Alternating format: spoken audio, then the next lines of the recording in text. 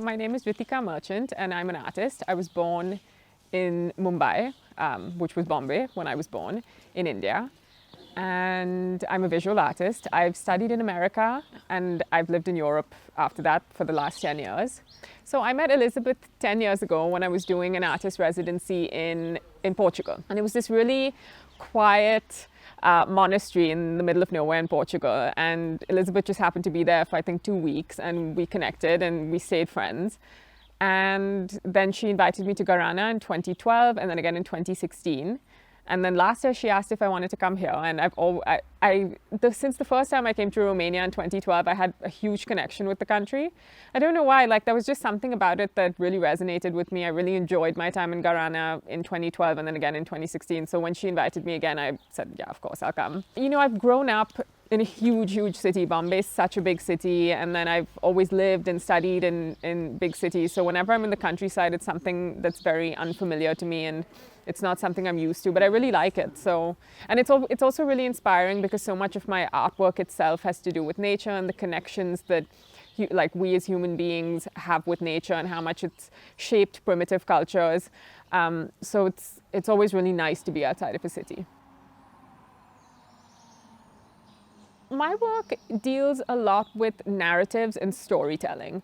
And the thing that I'm most interested in is mythology and folklore, specifically comparative mythology. So the thing I'm the most interested in is the common thread that connects all of the different cultures that you can find through the stories, because there are so many stories that you'll find the same story in many different places. And so that to me is very, very interesting.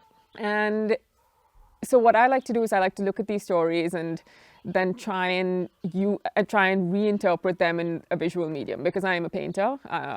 That's my medium of choice. And so taking something that was narrative and taking something that used to be an oral tradition and turning it into a visual medium is sort of the basic foundation from which my work grows.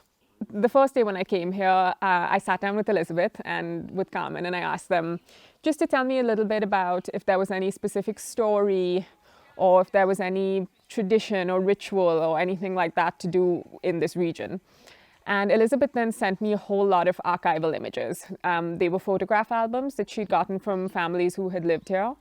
And so she sent me those, and she sent me images of the embroidery, traditional costumes. So I looked at all of these archival materials that she gave me. And because the theme of this residency is the portrait, it's face-to-face, it's a lot about the people who used to live here, I chose to use the photographs and then use elements from the embroidery, use elements, like one of the elements in one of the paintings I've used is actually on the cover of the photograph album. It's sort of the sun that's very graphic. So I wanted to use elements from these archival materials and then reinterpret them with painting, but also this is the first time I've actually worked with photographs, use the actual photographs of the people to build this universe around. For me, I guess it's just having a record of the history of the place and having a record also of all of us coming to this place and making this intervention and having this result. And it's so interesting because, for example, Alina and I, who's another artist here, we both were attracted to the same photograph of this girl. And so for me, it's actually been really interesting to see how we've all worked with the same material but interpreted in different ways. So I guess, for me, the conclusion of this is for all of us who are practicing contemporary artists now, making this weaving of the contemporary with the archives.